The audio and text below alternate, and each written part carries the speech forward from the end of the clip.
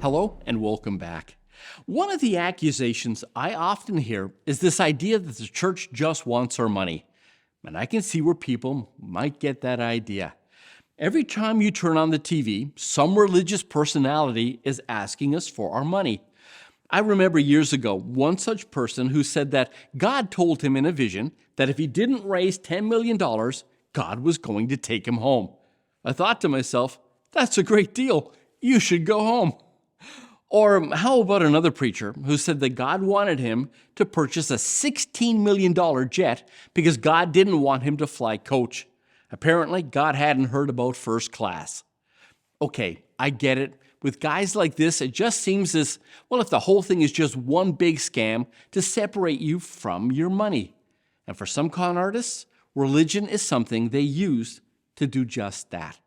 But God's not after your money. He's after your heart. You see, God knows that if He is not Lord over every area of our life, then He isn't really Lord of all. And this includes, well, our wallets. I mean, think about it.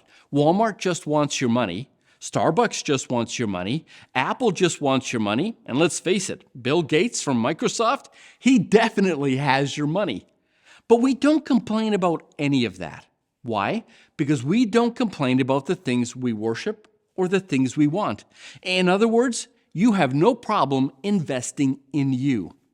However, as a Christian, you are called to do something radical, to live your life so as to bless and benefit people around you.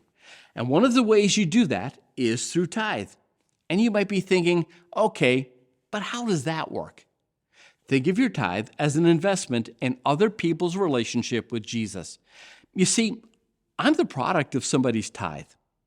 When I was 9 years of age, our church in St. John's, Newfoundland rented an auditorium, and then they brought in a speaker from Australia who gave a series of talks that connected the book of Revelation not only with the past, but also with the present and the future. And then he used Revelation to connect us to Jesus. As a result, my family and I gave our lives to Christ.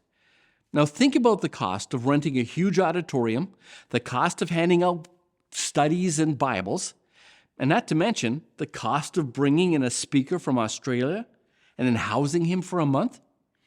That cost was covered by the tithes that were given by people from all over North America, and their investment in that series resulted in people getting saved, and I'm one of them.